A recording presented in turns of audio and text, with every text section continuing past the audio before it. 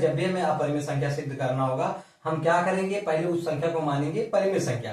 तो लिखेंगे माना √5 एक परिमेय संख्या है। क्या मान लेंगे, √5 एक परिमेय संख्या है। ठीक है, जो किसके बराबर है, P/Q के बराबर है। देखिए √5 हो या √3 हो या √2 है, जब ऐसी कोई गिनती आ जाए तो आप मान लेना P/Q। ठीक है, तो देखिए P/Q के बराबर है जहां Q does not equal to 0, यानी Q का मान 0 नहीं है। इतनी बात क्लियर हो गई। अब हम क्या करेंगे, हमने माना था कि √5 किसके बराबर है, P/Q के, तो वही लिख देते हैं। √5 बराबर P/Q। अब हम क्या करेंगे, देखिए रूट को हटाने के लिए हम क्या करते हैं, वर्ग करते हैं। तो हम क्या करेंगे, दोनों पक्षों का वर्ग करने पर, तो लिख देते हैं, चलिए देखिए, दोनों पक्षों का वर्ग करने पर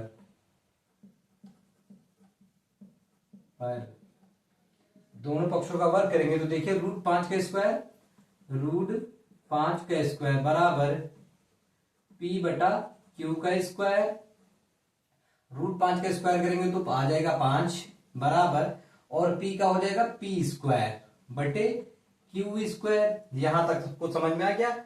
अब देखिए 5 बराबर P², ऐसे लेने देते, इस Q को हम 2 बार लिख सकते हैं। ठीक है, Q गुणे Q। देखिए ये यहाँ पे भाग में दिया हुआ है, बटे में है, इसलिए ये यहां पे जाएगा गुणा में। तो इसे क्या लिखेंगे, 5Q बराबर P²/Q। अब देखिए ये जो हमें 5Q दिया हुआ है ये एक पूर्णांक है, और जो P²/Q दिया हुआ है ये हमारा भिन्न है। तो हम लिख देते हैं, क्योंकि 5Q एक पूर्णांक है, और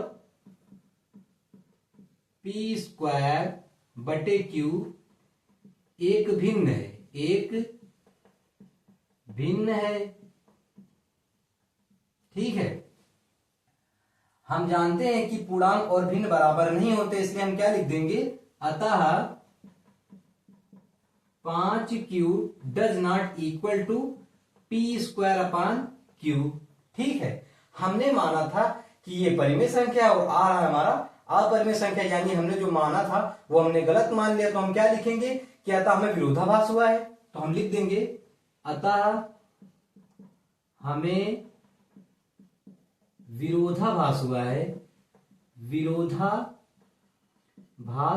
विरोधाभास क्या है, हमने जो अब माना था वो गलत हो गया, तो इसलिए लिखेंगे, अतः हमें विरोधाभास हुआ है कि √5 एक परिमेय संख्या है। परिमेय संख्या है। देखिए हमने माना था ना √5 एक परिमेय संख्या है, तो हमने लिखा अतः हमें विरोधाभास हुआ है कि √5 एक परिमेय संख्या है, क्योंकि ये तो एक अपरिमेय संख्या थी। इसलिए हम लिख देंगे, अतः √5 एक अपरिमेय संख्या है।